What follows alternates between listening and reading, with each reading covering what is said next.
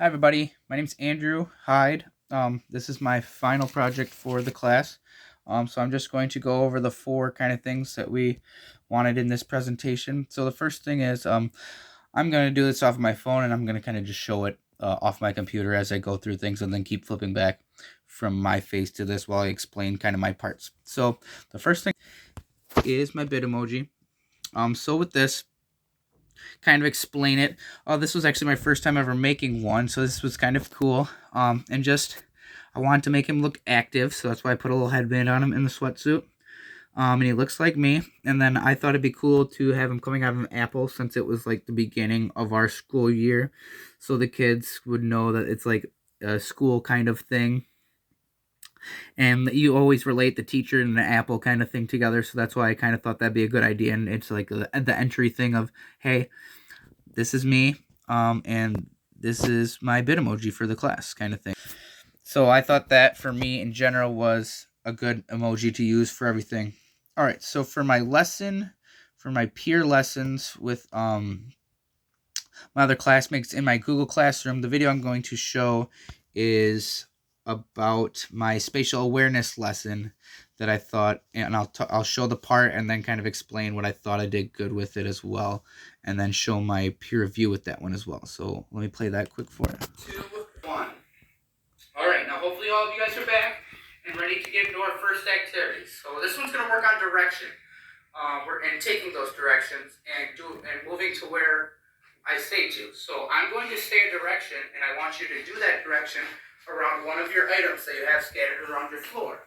I'm going to say the direction, give you 5 seconds, and I'm going to show you what you should have done with that. So the first direction is I want you to stand behind something in your area. So ready? Go. 1, 2, 3, 4, 5.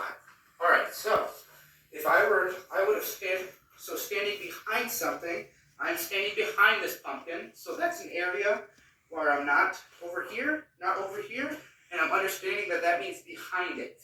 All right, so the next one we're going to do is, can you stand in front of something in your area?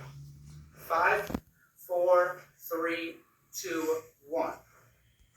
All right, so I'm going to stand in front of this shoe I have on the floor here. So I'm in front of the shoe. So this means that I'm not behind it, not to the side of it, I'm in front of it. So the spatial awareness, this is understanding where to be with items around you. So with that video, I just kind of thought I really liked that part because this was my first lesson.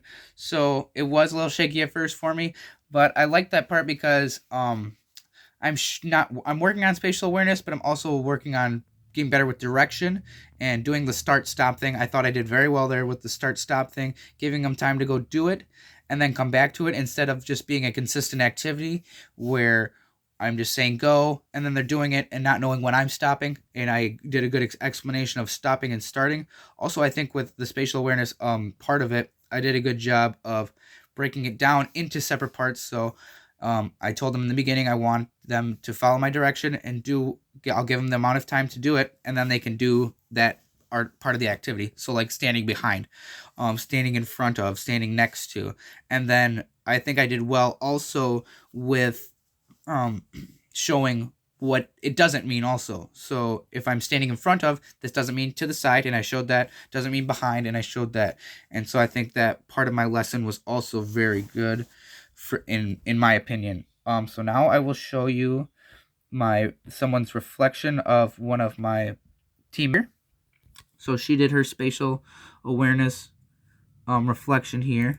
My first question was, what was the 3 directions we talked about during this? Behind, in front, and next to, which was great, which is what we did. Then I went through what were the pathways we worked on: walking, jumping, and crawling. I did that later on in the lesson when we were moving more with spatial awareness. Then I asked a true and false question, which she answered correctly.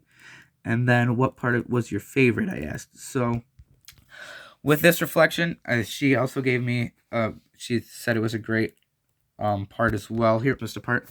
She rated this lesson a 6 out of 10, which is, I'll take it for my first lesson kind of thing.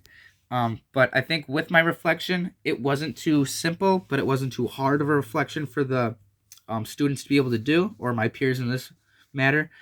So I thought that was a good part for me. I like being able to give them a scale of 1 to 10. I want to see how they liked it at the end. I kind of kept that for most of my lessons, that I wanted to see what their opinion was on my lesson, on if that was good or if it was not, kind of thing. And then just little questions about the lesson to make sure they were kind of paying attention, which she did, and I liked her reflection on it, and which I liked the reflection parts in general about it. So now I'm going to show you parts of my teaching from doing the with our cooperating teachers. So for the first one I'm going to show you is a part that I liked. I've explained while I'm showing this.